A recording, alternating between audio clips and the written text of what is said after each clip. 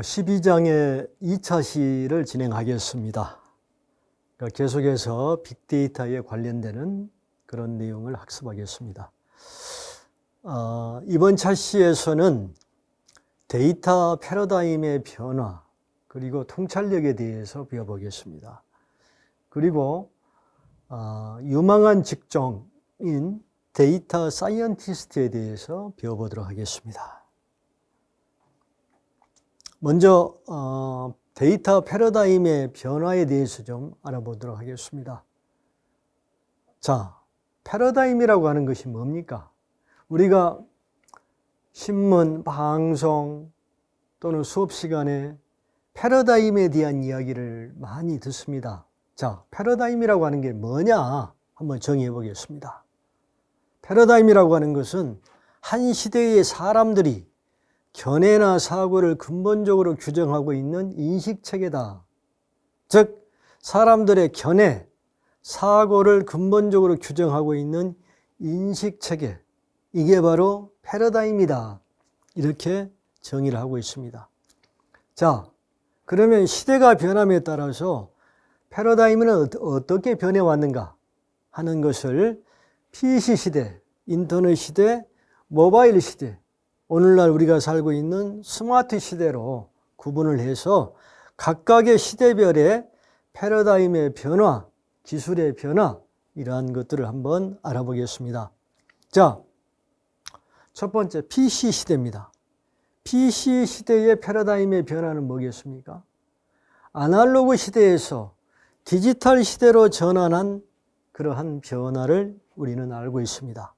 그래서 PC 시대의 가장 큰 패러다임의 변화는 디지털화, 즉 전산화가 되겠습니다. 다음으로 인터넷 시대. 인터넷 시대는 사람과 사람을 인터넷이라고 하는 그러한 네트워크를 통해서 연결을 했습니다. 그래서 온라인이라고 하는 가상의 세계가 만들어진 것이죠. 인터넷 시대의 패러다임의 변화는 온라인화, 즉 가상화 시대가 만들어졌다. 세 번째, 모바일 시대. 스마트폰이 이제 대중화가 되고 보편화가 된 모바일 시대에서는 소셜화죠.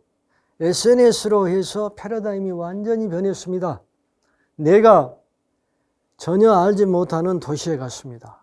거기 가서 내가 음식점, 식당을 찾아야 되는데 내가 가고 싶은 식당, 누구도 나에게 알려주는 사람이 없습니다. 하지만 뭡니까? 스마트폰의 SNS를 통해서 많은 사람들이 선호하는 식당을 찾을 수가 있죠. 이렇게 스마트폰이 중심이 되는 모바일 시대에서는 소셜화가 패러다임의 변화로 인식할 수가 있습니다. 자, 지금 우리가 살고 있는 스마트 시대, 4차 산업혁명 시대에서는 패러다임의 핵심은 뭡니까? 인텔리전스, 지능화죠. 지능화. 동시에 IoT, 사물 인터넷이 하나의 핵심 패러다임으로 볼 수가 있습니다. 자, 그러면 이제 각각의 시대의 주요한 이슈가 됐던 내용들을 한번 또 알아보겠습니다. 자, PC 시대에서는 PC 통신이 이슈화가 됐고, 그 다음에 데이터베이스, 데이터를 저장하는 데이터베이스가 이슈화 됐습니다.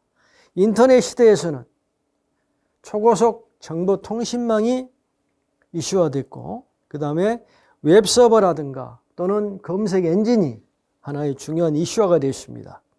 모바일 시대에는 스마트폰, 그 다음에 앱 서비스. 자, 앱스토어에 가면은 다양한 어플들이 있습니다. 이러한 앱 서비스가 모바일 시대의 주요한 이슈가 됐었죠. 자, 스마트 시대, 오늘날의 시대의 주요한 이슈는 뭡니까? 빅데이터, 사물 인터넷, 그 다음에 개인 맞춤형 서비스, 이러한 것들이 주요한 이슈가 되고 있습니다. 자, 그러면 시대가 변하면서 그 시대를 이끌고 왔던 리더 기업들도 변했습니다. PC 시대에는 마이크로소프트라든가 IBM 같은 이러한 기업들이 시대를 이끌어 왔습니다.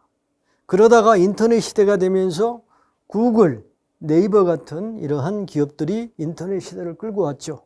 자, 모바일 시대에서는 페이스북이라든가 트위터 같은 이러한 SNS 그룹들이 시대를 이끌고 있습니다. 자, 스마트 시대. 스마트 시대의 리더 기업은 누가 될 거냐?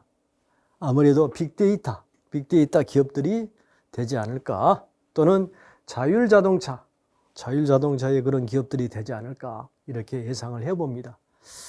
자, 데이터의 과거, 데이터의 현재, 데이터의 미래를 한번 그림으로 정리를 해보겠습니다. 자, 과거에는 데이터를 단지 저장하는 목적으로 썼죠. 저장을 해가지고 그 다음에 저장된 데이터에서 이제는 검색을 해서 필요한 데이터를 찾아서 이용하는 단계였습니다. 자, 그러한 것이 점점 더 변해갑니다. 어떻게? KMS라고 하는 그러한 툴을 통해서 데이터를 관리하고 그 다음에 웹 2.0을 통해서 이제는 데이터를 공유합니다. 우리가 공공 데이터, 자, 공공 데이터를 많은 사람들이 이용할 수 있도록 공공 데이터를 만들어서 제공합니다. 이게 바로 공유죠. 자, 지금은 어떻습니까? 데이터에서 가치를 창출하는, 즉 빅데이터를 분석하고 거기서 하나의 솔루션을 추론하는, 즉 상황 인식에 따라서 다양한 미래 예측에 대한 그러한 예방책을 추론하고 미래에 발생할 수 있는 가능성을 추론하는 가치 창출의 시대로 데이터의 과거에서 현재를 거쳐서 미래는 계속해서 진화하고 있는 것을 알 수가 있습니다.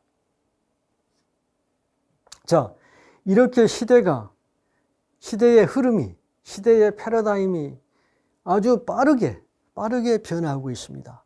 그러면 이렇게 빠르게 변화하고 있는 시대에 있어서 우리 학생들이 가져야 되는 것은 뭐냐? 그건 바로 인사이트, 즉 통찰력이다. 통찰력. 그래서 여러분들이 특히나 빅데이터 시대에 있어서의 통찰력은 우리 학생들 개개인의 그러한 행복을 보다 더 가져올 수 있고 또 내가 어떠한 통찰력을 가짐으로 인해서 내가 속한 대학, 나라 또는 지역사회에 크게 이바지할 것입니다. 빅데이터 시대에 여러분들이 통찰력을 갖는 것이 대단히 중요합니다. 통찰력을 가지려면 어떻게 해야 됩니까? 끊임없는 노력, 끊임없는 정진을 통해서 여러분들은 통찰력을 가질 수가 있습니다. 자, 이제 데이터를 한번 봅시다. 데이터는 경제적인 그러한 자산입니다. 데이터를 많이 가지고 있으면 경제적으로 커다란 부를 얻을 수가 있습니다. 동시에 이 데이터라고 하는 것은 가치를 창출할 수 있는 하나의 원천, 소스가 되고 있는 것입니다. 자, 우리가 그 데이터의 그런 사회 경제적인 그런 가치를 보면, 자, 우리 사회는 하드웨어 중심 사이에서 소프트웨어 중심 사이로, 지금은 데이터 중심 사이로 계속 진화하고 있습니다. 하드웨어 중심 사이에서는 용량이라든가 속도가 대단히 중요했죠. 그러다가 소프트웨어 중심 사회로 옮아가면서 인간의 어떠한 안정성, 그 다음에 편리성, 이러한 것들이 바로 가치의 중심이 된 것입니다. 안정성과 편리성이 가치의 중심이 되다 보니까 하드웨어 중심에서 소프트웨어 중심으로 바로 이동을 한 것이죠. 그러다가 이제는 어떻습니까? 데이터 중심으로 이동을 했습니다. 데이터 중심으로 이동을 하면서 바로 데이터에서 지식을 추출하고 그러한 추출된 지식을 기반으로 해서 미래를 예측하는 그러한 데이터 중심으로 계속해서 진화하고 있는 것을 우리가 데이터의 사회 경제적인 그러한 가치 측면에서 볼 때 계속 진화하고 있는 것을 알 수가 있습니다. 자, 이것을 이제 우리가 웹의 1.0에서부터 웹 3.0의 측면으로 한번 보면 웹 1.0의 시대는 홈페이지라든가 또는 게시판을 통해서 일방적으로 데이터를 전달하는 그러한 시대였습니다. 자, 웹 2.0에서는 블로그라든가 또는 P2P를 통해서 P2P라고 하는 것은 person to person입니다. P2P를 통해서 말 그대로 데이터를 공유하는 참여와 소통의 그러한 시대였습니다. 자, 그러면 지능화라든가 또는 지식 제공을 하는 어플을 제공하는 바로 웹 3.0의 시대는 분석과 예측을 통해서 보다 더 지능화된, 즉 고도화된 그러한 시대로 옮아가고 있는 것을 볼 수가 있습니다. 자, 이러한 웹 1.0에서 2.0을 거쳐가지고 웹 3.0까지 이렇게 진화하는 이러한 단계에 있어서 가장 핵심이 되는 것은 바로 데이터이다. 이해하시기 바랍니다. 자, 이제 데이터는 바로 국가의 경쟁력을 좌우하는 아주 중요한 그러한 자산이 되고 있습니다. 미국의 대통령 과학기술자문위원회에서는 미국의 정부의 기관들이 데이터를 지식을 행동으로 변환하는 전략에 집중해야 할 것이라고 미국 대통령 과학기술자문위원회가 공고를 했습니다. 그 다음에 싱가포르 같은 경우는 데이터를 기반으로 싱가포르를 위협하는 리스크에 대한 평가와 환경 변화를 탐지할 필요가 있다. 이렇게 데이터는 이제 국가 경쟁력 측면에서 하나의 중요한 이슈가 되고 있다는 것을 알 수가 있죠. 그래서 빅데이터가 출현함으로 인해서 신산업, 신성장을 견인할 수가 있게 됐고, 그 다음에 사회적인 여러 문제를 해결할 수가 있게 됐고, 또 경제적인 가치를 창출할 수 있는 그런 아주 하나의 엔진, 하나의 기회를 제공을 하고 있는 것을 알 수가 있습니다. 자, 우리가 컨버전스라고 하는 이야기를 많이 하죠. 융합, 컨버전스. 지금은 융합 시대입니다. 융합 컨버전스 시대죠. 자, 온갖 기술들이 있습니다. 그 기술들을 융합하는 것은 뭡니까? 그건 바로 데이터입니다. 데이터.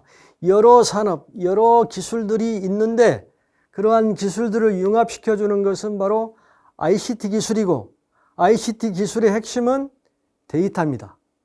그래서 지금 이제 최근 들어와서 이 융합이라고 하는 그러한 키워드가 뜨고 있는데, 그 융합의 핵심에는, 즉 융합의 인터페이스에는 데이터가 있다, 이렇게 이해하시면 되겠습니다. 우리나라의 융합, 우리나라가 추구하는 우리나라의 미래 신성장 동력을 만들기 위해서 추구하는 우리나라의 융합은 어떤 것이 있느냐? 크게 5가지 정도를 정리해 볼 수가 있습니다. 첫 번째는 사물 인터넷, 두 번째가 클라우드 서비스, 세 번째가 실감형 컨텐츠, 네 번째가 3D 프린팅, 다섯 번째가 바이오 센서. 이러한 것들을 서로 간에 융합을 하면 우리나라가 새로운 신성장 동력을 만들어서 우리의 후손들이 잘 살 수 있다. 이렇게 해서 미래창조과학부의 신산업 창조 프로젝트는 이러한 5개를 중심으로 해서 이루어지고 있습니다. 자, 다음에는 이제 데이터 사이언스에 대해서 한번 알아보겠습니다. 데이터 사이언스. 자, 이 데이터 사이언스라고 하는 것은 말 그대로 새로 등장한 그런 분야입니다. 새로 등장한 그러한 필드가 되겠습니다. 왜 이러한 데이터 사이언스라고 하는 이러한 분야가 등장했느냐? 첫 번째는 데이터 지식 전문가에 대한 수요, 데이터 지식 전문가에 대한 필요성이 날로 증가한 겁니다. 날로 증가했습니다. 그러다 보니까 어떻게 됩니까? 데이터 지식 전문가를 필요하니까 데이터 지식 전문가를 데려오려고 하면 어떻게 해야 됩니까? 당연히 높은 임금을 줘야 되겠죠. 그래서 전문가들의 급여가 급격하게 상승이 됐습니다.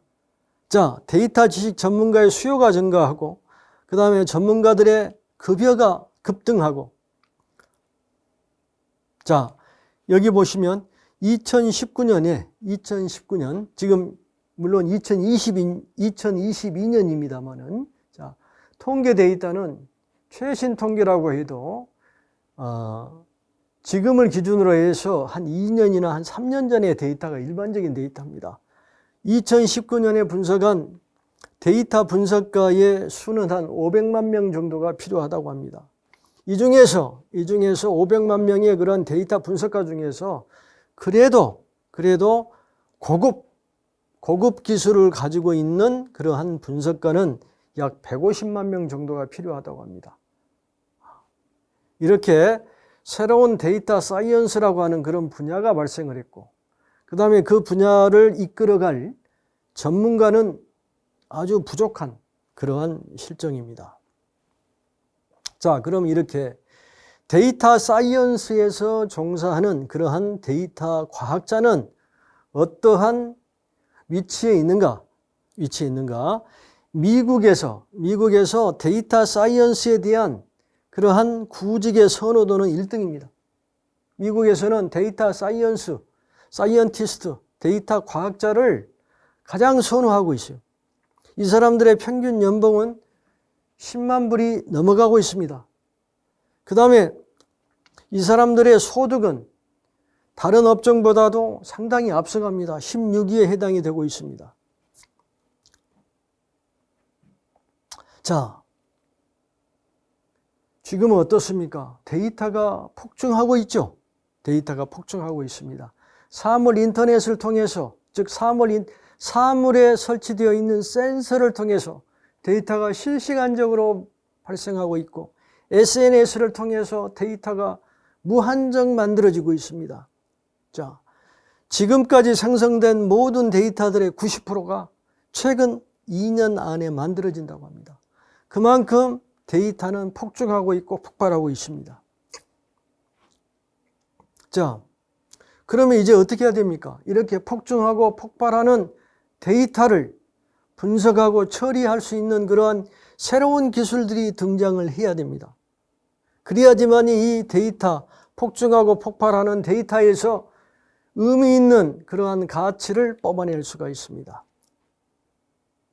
자, 오늘날 우리 경제의 대부분은 데이터에 의존하고 있습니다. 실제로 데이터에 의존해서 내년도에 계획을 수립을 하고, 내년도에 생산 계획을 수립을 하고, 내년도에 수입을 생각하고, 모든 오늘날의 경제의 대부분은 데이터에 의존하고 있습니다.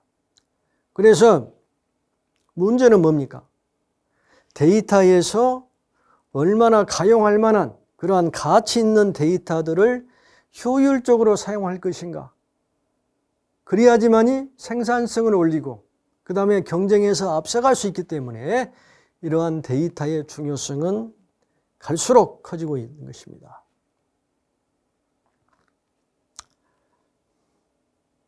자, 데이터 사이언스의 그 영역을 지금 보여주고 있습니다. 데이터 사이언스의 영역. 그래서 데이터 사이언스의 영역을 보니까 신호 처리, 통계학, 그 다음에 기계학습, 시각화, 데이터 공학, 컴퓨터 프로그래밍, 데이터 마이닝, 데이터베이스, 인공지능 패턴 인식, 성능 컴퓨터 쭉 나와 있습니다. 즉 데이터 사이언스는 컴퓨터 사이언스, 즉 컴퓨터하고 통계를 이렇게 서로 엮어놓은 것이 바로 데이터 사이언스의 필드라고 하는 것을 쉽게 이해할 수가 있습니다. 자, 그러면 데이터 사이언스를 끌고 가는 사람은 누구냐? 바로 데이터 사이언티스트죠. 데이터 사이언스를 끌고 가는 사람은 데이터 사이언티스트입니다. 우리 학생들은 앞으로 시대의 패러다임을 잘 봐서 말 그대로 가장 유망한 분야를 찾아가야 됩니다.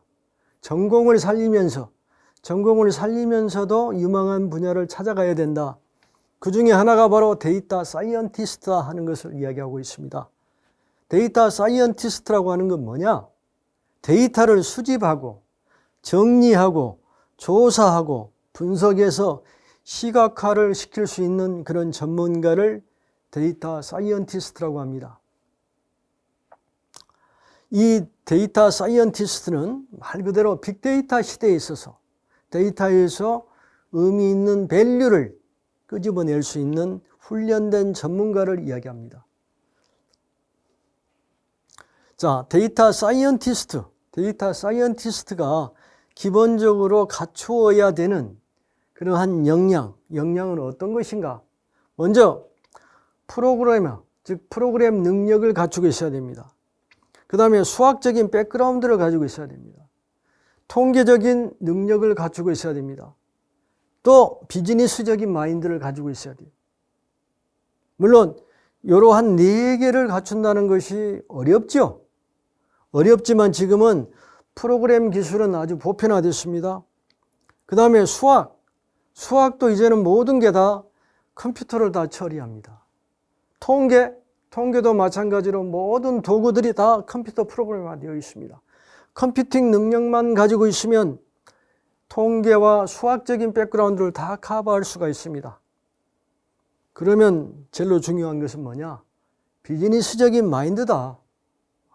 이 비즈니스적인 마인드는 비전공자도 모든 사물을 비즈니스적인 측면에서 그렇게 바라볼 수 있으면 됩니다. 그래서 데이터 사이언티스트는 프로그래머, 그 다음에 스태티스티언, 매스매티션, 그 다음에 비즈니스 퍼슨, 여기를 총괄하는, 즉 통괄하는 그러한 직종이 데이터 사이언티스트다, 이렇게 얘기할 수 있습니다. 자, 할 베리언이라고 하는 구글의 수석 경제학자는 데이터 사이언티스트에 대해서 정의를 한 7가지 정도로 이렇게 내렸습니다. 자, 데이터를 얻는 능력, 데이터를 이해하는 능력, 데이터를 처리하는 능력, 데이터로부터 가치를 뽑아내는 능력, 데이터를 시각화하는 능력, 데이터를 전달하는 능력. 자, 이러한 능력을 갖춘 데이터 사이언티스트는 앞으로 10년간 엄청나게 중요한 그러한 대우를 받을 것이다 라고 할 베리언이라고 하는 구글의 수석 경제학자는 이야기한 바가 있습니다. 자, 우리 학생들이 가야 하는 여러 가지의 길이 있는데 그 중에 데이터 사이언티스트의 길은 어떤 길이냐?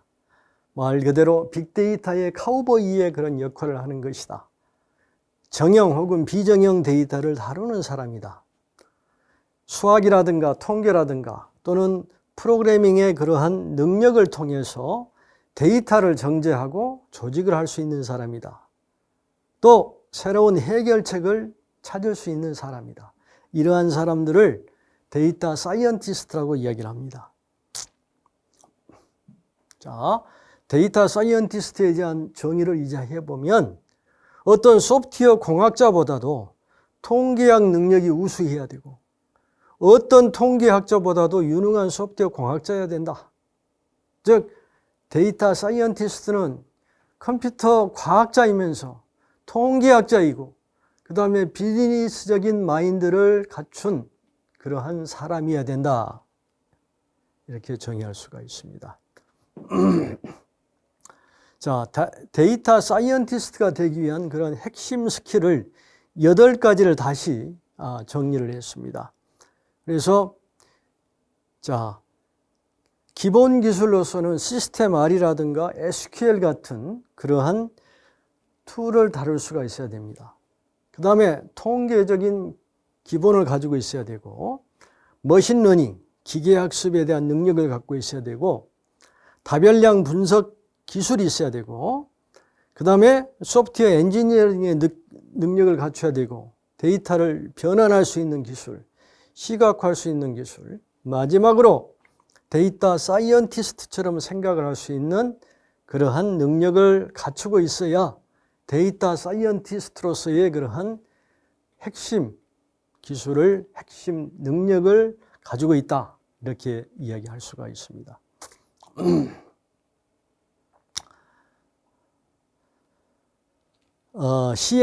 CNN에서는 최고 유망한 신규 직종으로서 데이터 사이언티스트를 이야기한 적이 있습니다. 그 다음에 하버드의 비즈니스 리뷰에서는 21세기의 가장 매력적인 직종으로서 데이터 사이언티스트를 이야기했습니다. 그만큼 데이터 사이언티스트에 대한 수요와 전망은 대단히 밝다, 이렇게 이야기할 수가 있겠습니다.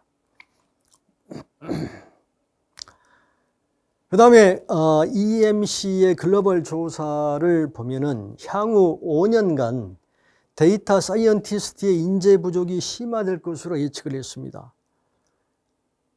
그러나 이 데이터 사이언티스트를 우리가 많이 이렇게 그 학습을 시켜가지고 이렇게 배출하지 못한 가장 큰 이유는 뭐냐? 스킬이라든가 훈련이 부족하다는 거죠.